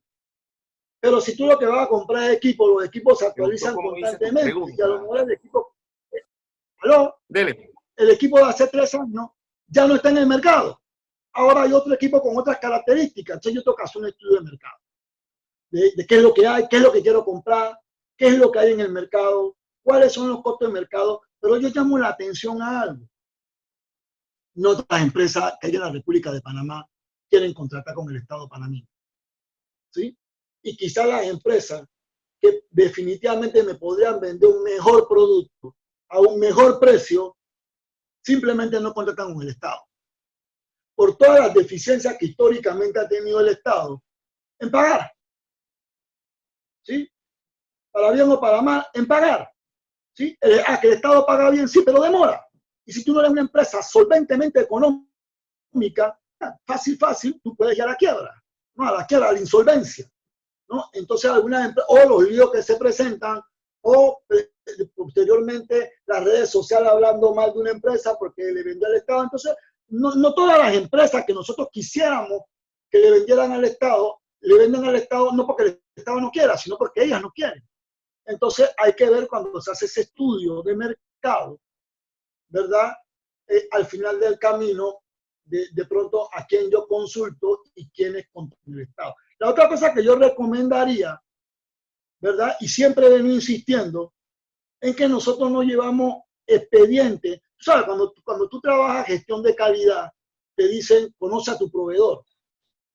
Porque de tu proveedor depende el éxito de lo que tú haces. Entonces nosotros en el Estado no llevamos expedientes de buenas experiencias y malas experiencias. ¿Ya? Entonces eso es importante, porque así también yo puedo ir llevando pesos y contrapesos, y quizás en mi pliego de cargo a poner como una restricción buenas y malas, y que tenga buenas experiencias o que no tenga malas experiencias, porque a veces lamentablemente algunas instituciones se quejan de que esta empresa siempre se gana los actos públicos, pero siempre es un lío, siempre nos queda, pero se ganan los actos públicos, porque tú no tienes ninguna restricción que diga que por las malas experiencias que hemos tenido con esta empresa no califica. ¿Ya? Entonces tenemos que ir viendo eso. Lo que pasa es que a veces cuando modificamos la ley de contrataciones públicas, ¿quiénes la modifican? Los que están en cuarto refrigerador, los que nunca han tramitado compra y no saben los problemas que tiene la gente de compra, o no sabe cómo se hacen las cosas dentro de las unidades de compra y proveeduría. Entonces, al final del camino, hombre, yo, si quisiera modificar la ley de contrataciones públicas, yo me reuniría con los jefes de compra, haría auditoría, entrevistas con los que trabajan en compra, con los abogados de compra, para ver dónde están los problemas, porque ellos son los que viven día a día los problemas en las compras del Estado. Y bueno, y te repito, yo no me resigno a aceptar que el Estado compra lo que sea, el Estado compra lo que pide. Y si el Estado pide calidad, comprará calidad. Así que para mí, tú puedes modificar ahí como tú quieras, pero lo fundamental está en el pliego de cargo. ¿Y quiénes confeccionan el pliego de cargo? La gente. ¿No? Entonces, ahí está el problema en la gente. Tenemos que cambiar el chip a la gente. Tenemos así como la gente se vestía con la camiseta roja cada vez que juega la selección nacional. Es que la gente se ponga la camiseta roja cada vez que compra para el Estado. Ese es para todos nosotros y es con la plata de todos nosotros. Ese es el problema. Mira, es interesante lo que has comentado y también tocaste en la conferencia aquello de toda la situación que se está dando a través de COVID y por decreto de emergencia. La siguiente pregunta, Evelyn Solís nos está diciendo que hasta dónde es legal que el órgano ejecutivo suspenda una licitación ya adjudicada mediante el procedimiento especial por el estado de emergencia sobre la base de supuestos sobrecostos. ¿No debería existir un procedimiento especial para impugnar dicha contratación por tratarse de un estado de emergencia susceptible de impugnación? Bueno, depende si fue el Estado que lo suspendió o fue la institución, la empresa que renunció, que dijo yo no puedo. Y lo de contrataciones públicas prevé, que no te lo tiene el estado de emergencia, pero prevé forma de incluso una vez adjudicada, da por terminado, con los correspondientes daños y perjuicios que hay que pagarle a la empresa de todo lo que se ha gastado en la presentación de su propuesta, etcétera, ¿no? Así que, pero definitivamente esas son cosas que no deberían pasar porque tú hiciste un estudio de mercado y porque tú llevaste el proceso de la mano con tu unidad. Ponte, vamos a hacer más claro. Si yo soy el Ministerio de Salud y yo tengo que comprar los ventiladores, ¿quién me pide los ventiladores? Hombre, de pronto se me ocurre, perdón si no es así, la gente de cuarto de urgencia. ¿Sí? Me hacen la requisición, fíjate que nosotros o el comité de los muchachos que están asesorando gratis, necesitamos esto. Ok, me hace la requisición, buscamos la partida y listo. Después, yo quiero saber, bueno, de todos los ventiladores que hay, yo me imagino que hay distintos tipos de ventiladores. ¿Cuáles son los ventiladores que usted dice que tenemos que comprar? Ah, que tengan estas características. Perfecto. Entonces yo eso es lo que voy a poner en mi pliego de cargo, en mi término de referencia. Estas son las características del ventilador que yo quiero comprar. Ah, listo. ¿Cuántos necesitamos? Se me ocurre, hombre, ¿sabes qué? Acabamos de abrir el hospital modular y el hospital modular tiene 100 camas y necesitamos un ventilador para cada cama. Se me ocurre, yo no, esto a lo menos es mentira, se me ocurre. Ah, ok, 100 ventiladores. Ya establecimos, buscamos un precio de referencia en el mercado. Y yo te digo, el precio de referencia es X. Pero cuando yo solicito las cotizaciones, ninguna empresa cotizó.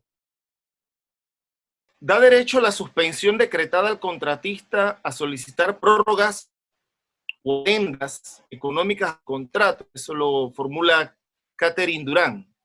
Espérate, lo que pasa es que cuando tú haces una adenda a un contrato, tú tienes que justificar el porqué de la adenda.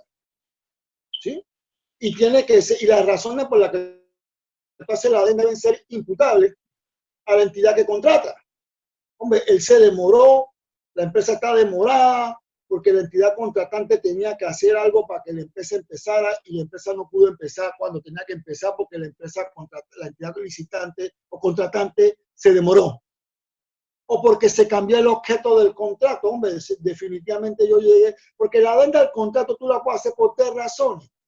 Por objeto del contrato, por el alcance del contrato, por dinero o por tiempo.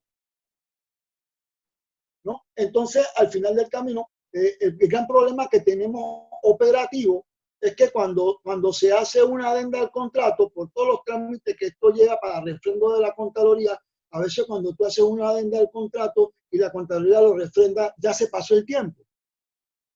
Y quedas haciendo una nueva adenda, pero es que la empresa no puede seguir trabajando mientras no refrendan la adenda, si es de tiempo lo que tú estás buscando, ¿no? Entonces, al final del camino, habría que mejorar, que hacer más óptimo lo en que se aprueben las cuestiones, ¿verdad? Y ser bien eficiente en la argumentación de por qué la adenda, si es de tiempo, si es de alcance, si es de dinero o si es de las tres cosas, ¿no? Pero definitivamente, bueno, la ley contempla multa por incumplimiento, la ley contempla resolución administrativa, que es la terminación del contrato por incumplimiento, o sea, la ley y multas por incumplimiento o multas por entregar tarde.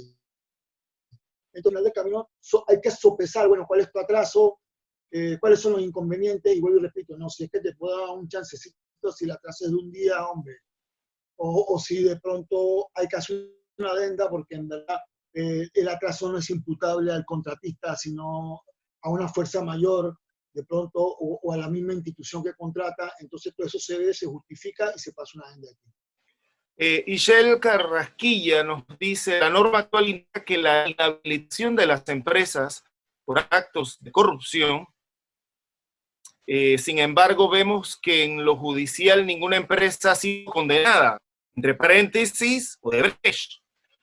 La pregunta es, ¿cómo se puede inhabilitar a la empresa de acuerdo a la ley de contrataciones públicas si ésta no ha sido condenada? No se puede. No se puede.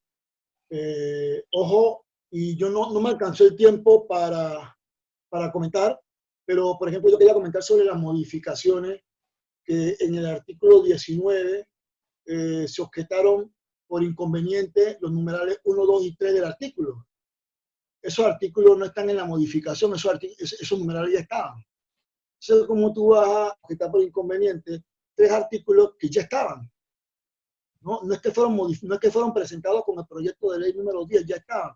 Y al final del camino, el artículo 19 se refería a las incapacidades para contratar, pero son incapacidades que a lo mejor si tú no estás país salvo, no puedes contratar con el Estado, tienes que ponerte país salvo con la DGI, con la Caja de Seguro Social. Si contratas con el IDAN, tienes que estar país salvo con el IDAN, ¿no? Si tú tienes una inhabilitación, mientras dure la inhabilitación, tú no puedes contratar con el Estado, mientras dure la inhabilitación, ¿no? Si tú de pronto le debes una multa al Estado por incumplimiento, hombre, tú no puedes contratar con el Estado para pagar la multa. Así que, nada, si la empresa no ha sido condenada, o sea, no porque no haya sido condenada, puede ser que yo terminé la relación contractual por incumplimiento. Si yo termino la relación contractual por incumplimiento, obviamente eso viene acompañado de una inhabilitación.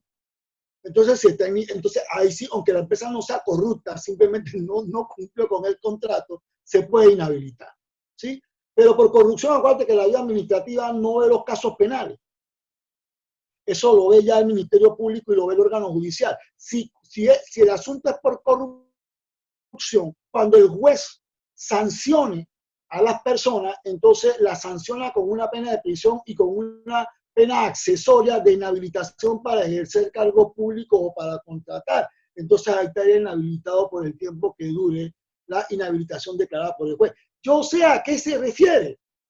La pregunta es que en la modificación de la ley de contrataciones públicas se establecía que las empresas que hubieran hecho acuerdo de pena, que no podían contratar con el Estado. No, el Ejecutivo la objetó por inexequible. Ni siquiera la objetó por inconveniente, por inexequible. Y la ley me hablaba, de pronto, y parte del sustento que yo recuerdo, me hablaba de que los empresarios extranjeros y nacionales son iguales ante la ley, que no termino de entender. Me hablaba del derecho al trabajo, que no termino de entender. Me hablaba sobre el derecho a ejercer. O sea, al final del camino, cuando tú haces un acuerdo de pena, es porque tú estás reconociendo que eres culpable de los delitos o de parte de los delitos que se te imputaban. Entonces tú lo que estás haciendo es que en lugar de ponerte tantos años, que pongan menos, y que esos menos puedan ser conmutables a día multa, ¿no? O sea, tú lo que estás buscando es no ir privado, y si vas privado tienes una pena menor, pero no te exime de responsabilidad porque tú estás reconociendo que eres responsable. ¿Tú has escuchado que alguna de las empresas que andan en acto de corrupción y se ha hecho acuerdo de pena, tú has escuchado que han denunciado a algún empresario? ¿Que han dado en un empresario para decir que eso valida el acuerdo de pena? No. Entonces, al final del camino, no. O sea, ya había que entrar a modificar el Código Penal, a modificar las normas penales, porque ahí sí estamos hablando de delitos. Esto no tiene nada que ver con trámites administrativos. Obviamente, si la norma penal inhabilita, entonces en la parte administrativa ya el hecho de estar inhabilitado no te permite contratar con el Estado. Tienes una incapacidad legal para contratar con el Estado. Ahora yo entiendo que sumando lo que dijo el Ejecutivo fue que, o sea, tú no podías, por un acuerdo de pena, y hablaba hasta de la presunción de inocencia, pero si había ese acuerdo de pena ya reconocí, ya no hay ninguna presunción, ¿no? Pero bueno, lo que sí me parecía de pronto un poco, sí, está bien, me parece bien, es que tú no podías dejar abierto y que por toda la eternidad, si hiciste un acuerdo de pena, no puedes contratar con el Estado. Porque si en la materia penal, si te condenan, te indan por un periodo de tiempo, no por toda la eternidad, ¿no? Y que al final del camino, quienes cometen los delitos son las personas y no las empresas ficticias. Habla aquí la delgado, ¿no? Pero, y de pronto, si tú lo tienes en la ley, pero si la gente que tiene una empresa X, la empresa X fue condenada por corrupción y no me aprobaste la norma que decía que no podían contratar con el Estado, la misma pena lo va a inhabilitar y entonces pasará a veces años que no puede contratar con el Estado. Y es por la vía penal sin necesidad de que haya modificado la ley de contrataciones públicas. De verdad que, Alcibiades, hay muchas interrogantes. El tema de por sí es extenso. Podríamos quedarnos prácticamente todo el día haciendo preguntas y respuestas y nada más dentro del tema COVID. Así es. Nada más dentro del tema COVID. A nombre de IUS y también de Isaiah Universidad, te agradecemos tu tiempo. Hemos tenido el inconveniente de la batería, pero bueno. Lo pudimos solventar. La recuperación fue buena, Alcibiades, y te lo agradecemos de verdad tu compromiso. Aplicamos el procedimiento de estado de emergencia, de compra en estado de emergencia. Ese fue rápido. Tu compromiso para con nosotros y sobre todo para aquí hay muchos estudiantes, también hay docentes y profesionales del derecho, y yo sé que nos hemos quedado cortos con muchas preguntas porque se generaron bastantes preguntas. Por ejemplo, ahí estaba también el tema de, en un estado de emergencia, ¿cómo se puede considerar un margen o porcentaje para decir que estamos en una compra de sobrecosto? El estudio de mercado. El estudio de mercado, porque la ley de contrataciones públicas, aunque no lo apliques aquí, en la ley de contrataciones públicas también está el concepto de honorosidad, ¿sí? Y de pronto aplicando el concepto de honorosidad, ¿verdad? Que es el 10%, o sea, si yo quería comprar, le aumento hasta el 10%. Entonces, pero por eso te digo que importante es la documentación del expediente, porque si yo he hecho varios intentos, yo estoy claro que en Panamá hay empresas que venden eso. Pero si yo después que hice mi estudio de mercado, el estudio de mercado real, ahora, no ayer, no antes de ayer, ahora, y pronto las empresas no participan porque el precio es muy bajo, entonces yo tengo que ir actualizando mi estudio de mercado y ver cuál es el precio de mercado, ¿no? Ahora, hoy en Panamá, ¿cuál es el precio de mercado? Y en virtud del precio de mercado yo establezco mi precio para mí, de referencia. Entonces yo no debo comprar más allá de lo que la ley, aunque no es el caso del procedimiento, pero no debería comprar más allá de lo que la ley me permite frente a honorosidad, salvo de que el precio de mercado de que dice son empresas que no le venden al Estado, y entonces trato de hacer un estudio de mercado con las empresas que sí contratan con el Estado. Pues. Porque si yo le digo a tu empresa, oye, véndeme, pues si tú vendes bien, y tú me dices, no, yo no te quiero vender. Entonces, como el contrato público es un acuerdo de voluntades y el Estado no puede obligar a nadie a contratar con el Estado, entonces tú tienes que hacer negocio con quienes quieren hacer negocio con el Estado. ¿No? Te escuchamos, Alcibiades, te escuchamos.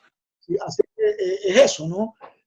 Pero vuelvo y repito, a veces yo me hago la pregunta, cuando me ha tocado defender a jefes de compra, y le hacen auditoría de hace 5 años, compra hace 5 años, y me dicen los auditores de Contraloría que el precio de mercado hace 5 años de ese producto era tanto y por eso la compra fue onerosa. Pero ¿cómo no tuviste el precio de mercado? De hace 5 años. ¿De las empresas que no le venden al Estado? ¿No? Porque si yo cumplí con todo el procedimiento y yo le vendí a la empresa que me ofreció el precio más bajo y en mi estudio de mercado yo logré justificar para determinar mi precio de referencia que este era el precio y la empresa que yo le compré estaba dentro de los márgenes, entonces ¿de dónde está el sobrecosto?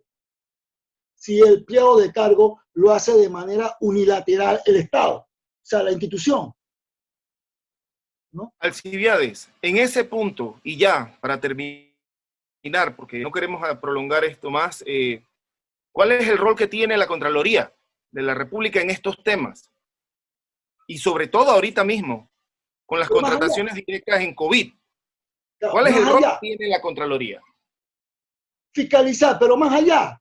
Ese rol también es de la Dirección General de Contrataciones Públicas, porque la ley establece que tiene que darle seguimiento a las compras y puede parar las compras, y puede, o sea, me explico. Pero y la Dirección General de Contrataciones Públicas tiene la capacidad, tiene el personal, tiene los recursos para darle seguimiento a todas las compras que hacen todas las instituciones a nivel nacional, para verificar si está bien, si no está bien, ¿no? Y la Contraloría, claro que sí, en su control, que aquí es posterior, cuando va a refrendar, perfectamente la Contraloría puede decir, como he escuchado que el Contralor en algunas compras ha dicho, eso yo no lo voy a firmar. ¿No? Entonces sí, juega un papel importante, ¿no? Porque el Contralor es el fiscalizador del Estado, por mandato constitucional, de que se esté invirtiendo bien los dineros del Estado. Pero antes del Contralor está la Dirección General de Contrataciones Públicas. ¿No? Entonces, pero al final del camino, si le seguimos dando funciones a la dirección y le seguimos dando funciones, porque ahora en la nueva ley se le dan más funciones y tú no le das más recursos, entonces hasta dónde la dirección puede tener la capacidad de cumplir con todas las funciones que tú le estás asignando por ley.